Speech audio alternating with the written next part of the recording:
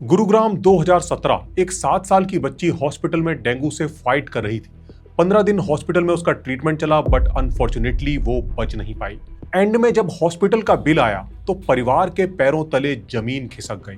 15 दिन के अंदर हॉस्पिटल ने 18 लाख का बिल बना दिया था। एंड बिल में क्या क्या था ये जानकर आप हैरान हो जाओगे। Around 650 syringe and 2700 gloves. But ये सबसे बुरा पार्ट नहीं है। जब बिलिंग को लेकर इंक्वायरी की गई तो असली सच सामने आया।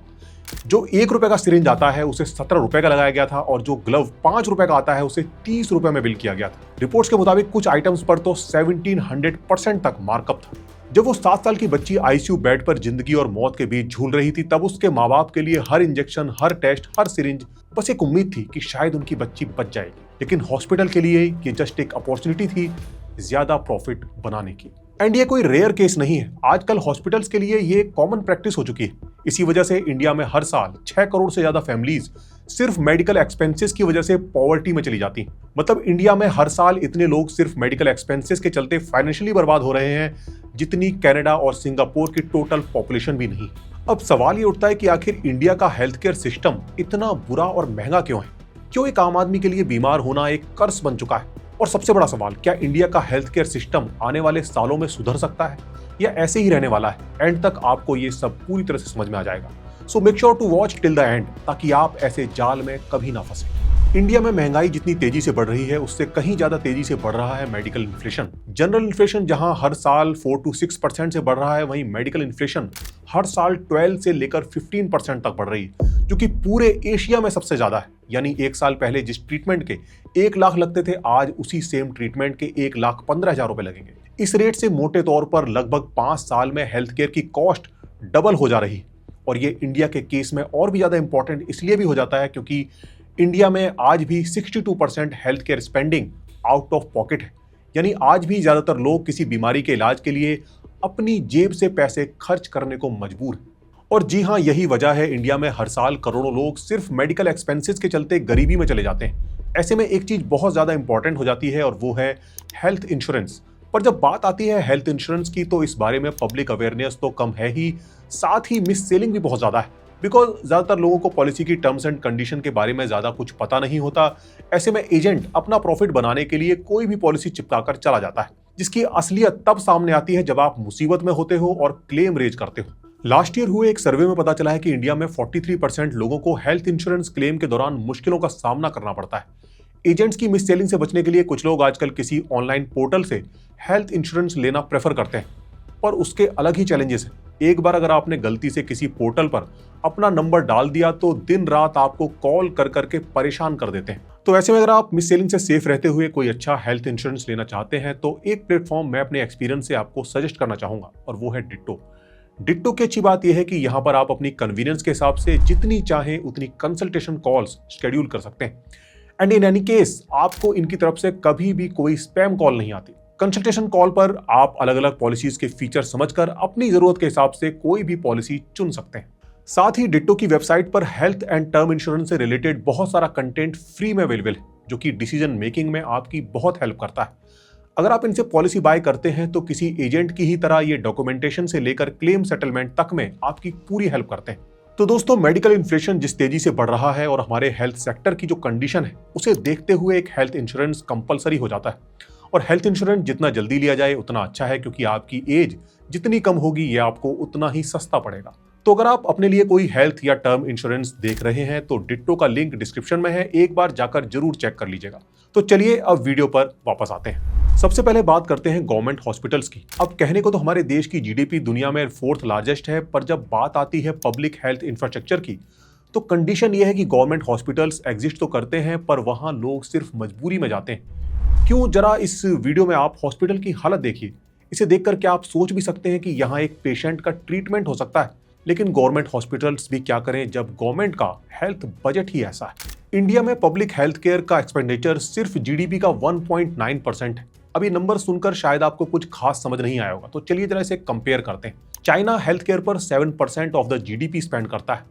यूएसए 17 to 18% स्पेंड करता है, जो कि इंडिया से ऑलमोस्ट 9 गुना ज्यादा है। यहाँ हम परसेंटेज ऑफ जीडीपी की बात कर रहे हैं। अगर इसे अमाउंट में कन्वर्ट करेंगे तो ये डिफरेंस बहुत बड़ा निकल कर आएगा, क्योंकि चाइना की जीडीपी हमारी जीडीपी से ऑलमोस्ट 5 टाइम्स है एंड यूएसए की ऑलमोस्ट 8 टाइम्स है, जिसका मतलब साफ है चाइना और यूएसए में हेल्थ केयर को प्रायोरिटी समझा जाता है एंड इंडिया उसे जस्ट एक फॉर्मेलिटी समझता है। गवर्नमेंट ने 2017 में नेशनल हेल्थ पॉलिसी में प्रॉमिस किया था कि हेल्थ केयर स्पेंडिंग 2.5% तक ले जाएंगे, पर 2025 जा चुका है और अब भी 1.9% पर ही हम अटके हुए हैं। अब इसमें भी ट्विस्ट ये है कि ये जो थोड़ा सा पैसा है उसमें से भी 60% स्टेट्स को खुद ही मैनेज करना पड़ता है। मतलब सेंट्रल गवर्नमेंट पॉलिसीज तो बना देती है लेकिन फंड्स ही प्रोवाइड नहीं करती और इसका रिजल्ट गवर्नमेंट को नहीं बल्कि आम नागरिक को फेस करना पड़ रहा है।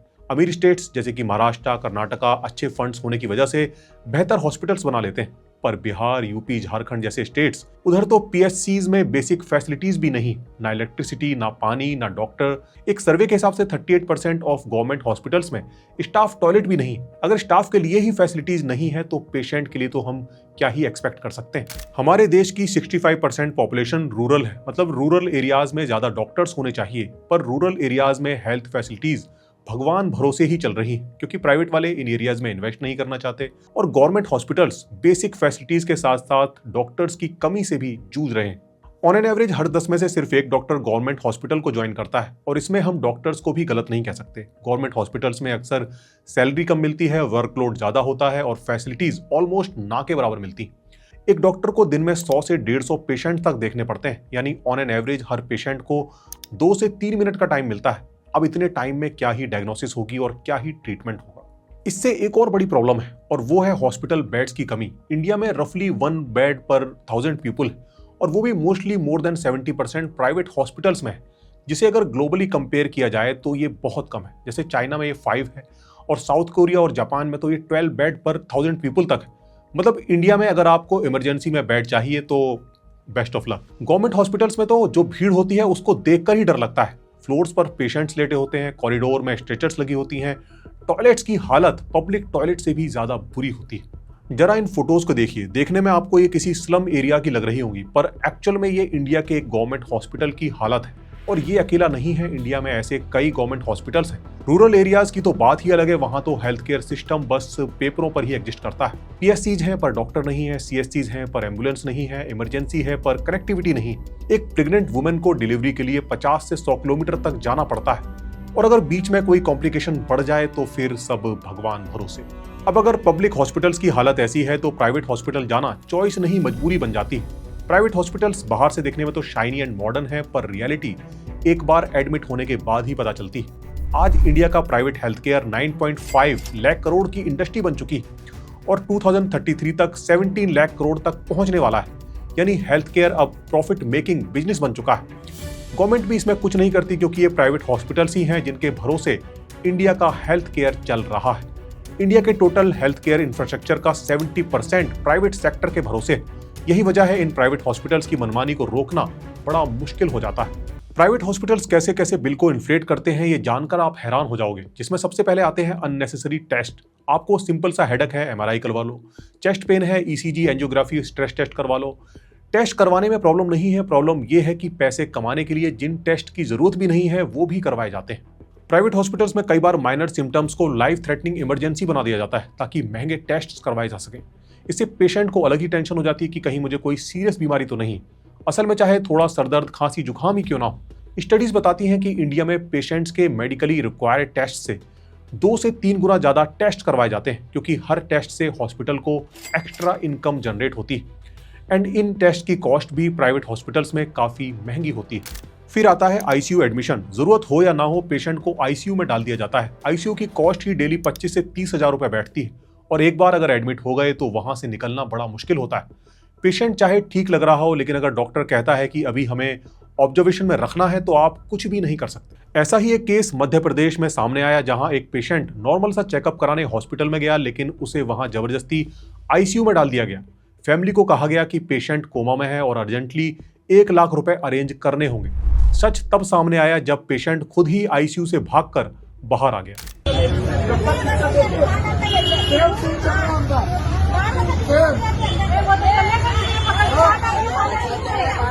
इसी से पता चलता है कि आखिर पैसे कमाने के चक्कर में हमारा हेल्थ केयर सिस्टम कितना गिर चुका है। जेनरिक मेडिसिन होने के बावजूद भी डॉक्टर्स आपको हमेशा ब्रांडेड मेडिसिन ही प्रिस्क्राइब करेंगे। जेनरिक मेडिसिन जिसकी कॉस्ट 20 रुपए है, वही ब्रांडेड में आपको 200 रुपए की मिलेगी।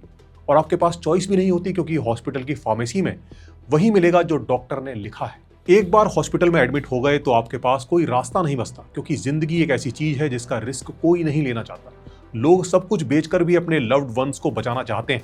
Cancer, kidney transplant, major accidents, इन सब में बिल करोड़ों में पहुंच जाता है। और तब फैमिलीज को क्या करना पड़ता है? जमीन बेचनी पड़ती है, घर का गोल्ड बेचना पड़ता है, बच्चों की पढ़ाई छुड़वानी पड़ती है, हाई इंटरेस्ट लोन लेने पड़ते हैं जो कि पूरी जिंदगी उतर नहीं पाते। मतलब बीमार होना इंडिया में एक मेडिकल इमरजेंसी तो है ही, पर साथ ही फाइनेंशियल इमरजेंसी भी बन जाती है। जैसे जरा इस हॉस्पिटल बिल को देखिए, यहाँ अमाउंट 1.5 लाख है। आप सोच रहे होंगे कि कोई बड़ा ट्रीटमेंट हुआ होगा, पर बिल्कुल नहीं। पेशेंट को सिर्फ 12 घंटों के लिए लो बीपी और किडनी डिसफंक्शन की वजह से हॉस्पिटल में रखा गया था। और सबसे बुरी बात ये नहीं है कि हमें ये सब फेस करना पड़ रहा है, बल्कि ये है कि ये सब लीगल है, क्योंकि इंडिया में रेगुलेशंस के बारे में तो आप जानते ही। जरा सोचिए, अगर कोई शॉपकीपर आपको 10 रुपए की चीज 100 रुपए में बेचता है तो आप कंज्यूमर कोर्ट जा सकते हो, पर अगर कोई हॉस्पिटल आपको अननेसेसरी टेस्ट्स, इन्फ्लेटेड मेडिसिन और हिडन चार्जेस के साथ लूट ले तो हॉनेस्टली आपकी कोई नहीं सुनने वाला, क्योंकि इंडिया में हेल्थ केयर रेगुलेशन नाम की कोई चीज एग्जिस्ट ही नहीं करती। क्लिनिकल एस्टेब्लिशमेंट एक्ट ये एक लॉ है जो हॉस्पिटल्स को रेगुलेट करने के लिए बना था, पर ग्राउंड रियलिटी में सिर्फ कुछ स्टेट्स में ही इंप्लीमेंट हुआ है, और उसमें भी हार्डली 20 से 30% हॉस्पिटल्स ही ऐसे हैं जो इसको फॉलो करते हैं। और सिर्फ हेल्थ केयर ही नहीं, इंडिया में हर बड़ी प्रॉब्लम के लिए रूल्स या एक्ट्स तो मौजूद हैं, पर उसकी इंप्लीमेंटेशन ही नहीं। गुरुग्राम के मेदांता हॉस्पिटल ने डेंगू से पीड़ित 8 साल के बच्चे के इलाज के लिए 21 दिन में लगभग 16 लाख का बिल बना दिया। जब परिवार पैसे और उम्मीद दोनों खो चुका था, तब बच्चे को दूसरे हॉस्पिटल में रेफर कर दिया गया। गलत ट्रीटमेंट और नेग्लिजेंस की वजह से उस मासूम की जान चली गई। पर सवाल यह है कि क्या ये इलाज था या सिर्फ एक महंगा बिजनेस? आखिर में हॉस्पिटल वालों ने पैसे भी इतने ले लिए और ट्रीटमेंट भी सही नहीं किया। इसका नुकसान किसे हुआ? ना गवर्नमेंट को, ना हॉस्पिटल को, बस उस फैमिली को जो कि इस उम्मीद से हॉस्पिटल गई थी कि हमारा बच्चा ठीक हो जाएगा। और ये कोई इकलौता केस नहीं है, ऐसे तमाम केस भरे पड़े हैं। अगर आप सेम टेस्ट के लिए अलग अलग प्राइवेट हॉस्पिटल्स में जाएंगे तो सेम स्कैन के लिए डिफरेंट प्राइजेस चार्ज किए जाएंगे। हर हॉस्पिटल अपना प्राइस सेट कर लेता है। एक हॉस्पिटल MRI 3000 में कर रहा है तो दूसरा 15,000 में कर रहा है। सेम मशीन, सेम टेस्ट, बस हॉस्पिटल अलग। और ये सिस्टम सिर्फ पेशेंट्स को ही नहीं, डॉक्टर्स को भी बर्बाद कर रहा है। गवर्नमेंट डॉक्टर्स ओवरवर्कड हैं, अंडरपेड हैं और ऊपर से पेशेंट्स की वायलेंस भी झेलते हैं। साथ ही बर्नआउट, डिप्रेशन, रेजिग्नेशंस, ये सब डॉक्टर्स के लिए कॉमन है। जैसे इस ट्वीट में एक डॉक्टर ने बताया कि कैसे उन्हें कंटिन्यूअसली 110 घंटे के लिए काम करवाया गया। डॉक्टर्स पेशेंट्स को कहते हैं कि आप 8 से 10 घंटे की नींद लो, पर क्या आपको पता है इस डॉक्टर को 5 दिन में टोटल कितने टाइम सोने को मिला? सिर्फ 7 घंटे पूरे 5 दिन में। इवन उन्हें डॉक्टर्स के रूम में सोने के लिए भी ताना दिया गया। लेकिन क्यों? क्योंकि फर्स्ट ईयर में केवल चेयर्स पर ही सोना अलाउड है। अब भला चेयर पर कोई कैसे सो सकता है?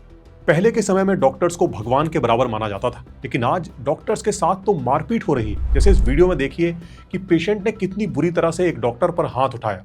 मतलब इंडिया का हेल्थ केयर सिस्टम पेशेंट्स को तो फाइनेंशियली बर्बाद कर ही रहा था, अब इस सिस्टम ने डॉक्टर्स को भी मेंटली परेशान करना शुरू कर दिया है। प्राइवेट हॉस्पिटल्स तो एक ऐसा नेक्सस बन चुके हैं कि वहां किसी ईमानदार डॉक्टर का सर्वाइव करना ही मुश्किल है। इन हॉस्पिटल्स की सेल्स टीम लगातार इन डॉक्टर्स को मॉनिटर करती है कि वो कितना बिजनेस ला रहे हैं, और अगर कोई डॉक्टर उनके टारगेट्स को पूरा नहीं कर पाता तो उसे फायर कर दिया जाता है। अब बात करते हैं इनइक्वालिटी की, जो कि शायद सबसे बड़ी ट्रेजेडी है इंडियन हेल्थ केयर में। 65% of India's population rural areas में रहती है, यानी 90 करोड़ से ज्यादा लोग, पर 70 से 80% health care facilities urban areas में कंसंट्रेटेड है। मतलब हमारे देश में 65% पॉपुलेशन के पास सिर्फ 25% हेल्थ केयर फैसिलिटीज है। Doctors, hospital beds, MRI machines, specialist, ये सब सिटीज में है। विलेज में तो बस एक PSC है जिसमें ना इलेक्ट्रिसिटी है और ना डॉक्टर और ना ही मेडिसिन। और इसका आउटकम हमारे सामने है। रूरल एरियाज में इन्फेंट मोर्टेलिटी अर्बन एरियाज से कंपैरेटिवली ज्यादा है, मैटरनल मोर्टेलिटी भी ज्यादा है, प्रिवेंटेबल डेथ्स भी ज्यादा है। मेजर डिजीजेस जैसे कि कैंसर, हार्ट डिजीज, जिनका ट्रीटमेंट अर्ली स्टेजेस में शुरू होना चाहिए, वो रूरल एरियाज में लास्ट स्टेज में जाकर डिटेक्ट होते हैं, जहां पेशेंट की जान बचाना इम्पॉसिबल के बराबर हो जाता है। मतलब कॉन्स्टिट्यूशन के अकॉर्डिंग हेल्थ केयर एक राइट है, पर रियलिटी में ये सिर्फ एक अर्बन इंडिया का प्रिविलेज है। अब जरा देखते हैं चाइना अपने हेल्थ केयर सिस्टम में कैसा है, क्योंकि कंपैरिजन से ही पता लगता है कि इंडिया कहां गलत जा रहा है। चाइना में टोटल बेड अवेलेबिलिटी का 70% पब्लिक हॉस्पिटल से आता है, एंड चाइना में 83% पेशेंट्स पब्लिक हॉस्पिटल्स में ही ट्रीटमेंट करवाते हैं। और ये कोई मजबूरी नहीं है, वहाँ के पब्लिक हॉस्पिटल्स ही इतने अच्छे हैं कि पेशेंट्स खुद ही पब्लिक हॉस्पिटल्स जाते हैं। चाइना अपनी 7% GDP हेल्थ केयर पर स्पेंड करता है, यानी इंडिया से 3 गुना ज्यादा, और इसका रिजल्ट रूरल और अर्बन एरियाज दोनों में अच्छी हेल्थ केयर फैसिलिटीज मिलती है। चाइना में 95% पॉपुलेशन इंश्योर्ड है और इंडिया में सिर्फ 60 से 70%। चाइना में गवर्नमेंट बैक्ड स्कीम्स हैं जो कि इनपेशेंट और आउटपेशेंट दोनों को कवर करती हैं। लेकिन चाइना हमेशा से ऐसा नहीं था। 2009 से पहले चाइना का हेल्थ केयर सिस्टम भी बहुत खराब था, पर इसे कंटिन्यू करने की जगह चाइना ने 2009 के बाद रूरल हेल्थ केयर को सीरियसली लिया। Village clinics, townships, health centres, county hospitals सब एक कोऑर्डिनेटेड सिस्टम में लिंक किए। रूरल पेशेंट्स को सिटी जाने की जरूरत ही नहीं पड़ती। डॉक्टर्स को रूरल एरियाज में इंसेंटिव्स मिलते हैं, जैसे हायर पे और स्टेबल करियर। मोस्ट इंपॉर्टेंटली वहां डॉक्टर्स को लाइफ सेवर की तरह देखा जाता है, ना कि डिसरिस्पेक्ट करके बुरी तरह पीटा जाता है। मुझे पता है अब कमेंट सेक्शन में आकर बहुत सारे लोग कहेंगे कि इंडियन गवर्नमेंट ने भी तो 2018 में आयुष्मान भारत को लॉन्च किया था। नो डाउट ये एक अच्छी स्कीम थी, पर ग्राउंड रियलिटी अभी भी बहुत डरावनी। गवर्नमेंट ने जब आयुष्मान भारत स्कीम को लॉन्च किया था तो उसका टारगेट था 12 करोड़ से ज्यादा फैमिलीज को 5 लाख से ज्यादा का फ्री ट्रीटमेंट देना। लेकिन आज के हेल्थ केयर सिस्टम को देखें तो ग्राउंड रियलिटी काफी अलग है, जहां इलाज के बजाय सरदर्दी ज्यादा है। पहली प्रॉब्लम है 5 लाख की कैप। सुनने में तो ये नंबर बड़ा लगता है, लेकिन अगर हम इंडिया के हेल्थ केयर एक्सपेंसेस की बात करें तो उसके सामने बहुत छोटा पड़ जाता है। मेडिकल इश्यूज जैसे कि cancer, organ transplant, cardiac surgery, इन सब ट्रीटमेंट्स में 5 लाख तो देखते देखते ही स्पेंड हो जाता है और कवरेज बीच में ही खत्म हो जाता है और फैमिली को दोबारा से आउट ऑफ पॉकेट स्पेंड करना पड़ता है। यही वजह है आज भी 62% हेल्थ केयर एक्सपेंसेस इंडियंस के लिए आउट ऑफ पॉकेट है और 23% लोग मेडिकल बिल्स को पे करने के लिए पैसे बोरो करते हैं। दूसरी प्रॉब्लम है आयुष्मान सिर्फ हॉस्पिटलाइजेशन को कवर करता है। ओपीडी विजिट्स, मेडिसिन, डायग्नोसिस और जो एवरीडे एक्सपेंसेस हैं ये सब एक्सक्लूडेड है और इंडियंस का असली पैसा ओपीडी और मेडिसिन में ही जाता है। तो कवरेज के बाद भी फैमिली 60 से 70% खुद ही पे कर रही है। तीसरी प्रॉब्लम है प्राइवेट हॉस्पिटल्स आयुष्मान पेशेंट्स को लेकर रिलक्टेंट है, क्योंकि पैकेज रेट्स कम हैं उनके प्रॉफिट मार्जिन के हिसाब से। तो या तो वो एडमिट ही नहीं करते या फिर बैलेंस बिलिंग करते हैं। गवर्नमेंट हॉस्पिटल्स में आयुष्मान का लोड है, पर वहां ऑलरेडी ओवर क्राउडिंग है और शॉर्टेज ऑफ स्टाफ है, तो क्वालिटी कॉम्प्रोमाइज हो जाती है। रूरल एरियाज में एम्पैनल्ड हॉस्पिटल्स कम है और अवेयरनेस भी कम है। कनेक्टिविटी इश्यूज हैं, तो स्कीम का बेनिफिट ही नहीं पहुंच पाता। आयुष्मान भारत कोई यूनिवर्सल हेल्थ केयर स्कीम नहीं है, ये जस्ट एक टारगेटेड इंश्योरेंस है। 55 करोड़ कवर तो है, पर 40 करोड़ मिडिल क्लास एक्सक्लूडेड भी है, जो कि ना तो अमीर है और ना ही गरीब है और जिन्हें इसकी बहुत जरूरत भी है। और जो कवर्ड भी हैं उनकी भी मेडिकल पॉवर्टी को रोकने में ये कोई खास मदद नहीं कर पा रही। हर साल 6.3 करोड़ फैमिलीज अभी भी फाइनेंशियल डिस्ट्रेस में जा रही हैं मेडिकल एक्सपेंसेस की वजह से। अगर आपके पास आयुष्मान कार्ड है फिर भी बहुत सारे हॉस्पिटल्स आपको डिनाई कर देंगे, जैसे कि इस वीडियो में देखिए। आयुष्मान कार्ड बना हुआ है तो उसमें इलाज करवाना है। We are not accepting it. But the government they are not paying our dues, ना सर। हमारे साल के dues पे पेंडिंग है सरकार के पास। ये स्टॉप 1 करोड़ छोटा सा काम कर रहे हैं, हम बताओ कहाँ जाएंगे। पहले इनके पास हेल्थ था, फिर आयुष्मान था, they are not paying। Hospital के स्टाफ ने सीधा कह दिया कि आयुष्मान कहीं भी नहीं चलता और अगर ट्रीटमेंट करवाना है तो कैश में ही करवाना होगा। आखिर स्कीम का फायदा ही क्या है जब इसका बेनिफिट ही लोगों को ना मिले। तो भाई बात क्लियर है, इंडिया का हेल्थ केयर क्राइसिस सिर्फ हॉस्पिटल्स की प्रॉब्लम नहीं है, ये एक फंडामेंटल चॉइस की बात है कि इंडिया कैसा देश बनना चाहता है। आज हेल्थ केयर इंडिया में प्रॉफिट ड्रिवन कमोडिटी है, जहां बीमार होने का मतलब फाइनेंशियली बर्बाद होना है। घर बेचना, जमीन बेचना, बच्चों को स्कूल से निकालना, लोन्स लेना। पर यह ठीक किया जा सकता है अगर हमारी सरकार हेल्थ केयर को फंडामेंटल पब्लिक राइट मानकर ट्रीट करें, ना कि किसी मार्केट सर्विस की तरह। पहला स्टेप जो गवर्नमेंट को लेना पड़ेगा वो है हेल्थ केयर स्पेंडिंग को 1.9 से एटलीस्ट 5% ऑफ जीडीपी तक बढ़ाना। इसके बिना कोई भी रियलिस्टिक चेंज अचीव नहीं किया जा सकता। हॉस्पिटल्स की हालत इंप्रूव करने के लिए नए हॉस्पिटल्स बनाने पड़ेंगे, बेड बढ़ाने पड़ेंगे, डॉक्टर्स हायर करने पड़ेंगे और अच्छे बजट के बिना कुछ भी करना पॉसिबल नहीं। दूसरा स्टेप है प्राइवेट हॉस्पिटल्स को रेगुलेट करना। प्राइस कैप, ट्रांसपेरेंसी, अकाउंटेबिलिटी सब कंपलसरी होनी चाहिए। लूट खत्म होनी चाहिए। पेशेंट को पेशेंट की तरह ही ट्रीट करना चाहिए, ना कि कैसे मजबूर कस्टमर की तरह जिसे मुंह मांगे पैसे देने ही पड़ेंगे। तीसरा स्टेप है रूरल हेल्थ केयर को सीरियसली लेना। Functional PSC, staffed hospital, emergency services, यानी इन्वायरमेंट को ऐसा बना देना कि डॉक्टर्स खुद कहें कि हमें पब्लिक हॉस्पिटल्स को ज्वाइन करना है। आखिर हेल्थ केयर देश के लिए कोई खर्चे की तरह नहीं है, ये एक सबसे ज्यादा हाई रिटर्न इन्वेस्टमेंट है जो कि इंडिया इस समय पर कर सकता है। और चाहे गवर्नमेंट को एज अ इन्वेस्टमेंट नहीं भी लगता हो, फिर भी मेरा एक सवाल है कि कोई भी सरकार इतने सारे लोगों को मिजरेबल कंडीशन में कैसे छोड़ सकती है। अगर सरकार इनके बारे में नहीं सोचेगी तो कौन सोचेगा। एक हेल्दी समाज ही एक वेल्दी समाज बन सकता है। जब तक इस बात को समझा नहीं जाएगा, इकोनॉमिक ग्रोथ कम रहेगी, इनइक्वालिटी एम्बेडेड रहेगी और लोग एक नॉर्मल से मेडिकल इशू से भी डरते रहेंगे। और एक डरा हुआ समाज भला कैसे तरक्की कर सकता है। तो दोस्तों, अगर आपको ये वीडियो इन्फॉर्मेटिव लगी हो तो वीडियो को लाइक और चैनल को सब्सक्राइब जरूर करना एंड इसे अपने फ्रेंड्स और फैमिली में शेयर करना मत भूलना। एंड अगर health and term insurance search कर रहे हैं तो एक बार डिट्टो को कंसीडर जरूर कीजिएगा। Link description and pin comment में है। तो दोस्तों मिलते हैं जल्द ही अगली वीडियो में, तब तक के लिए नमस्कार।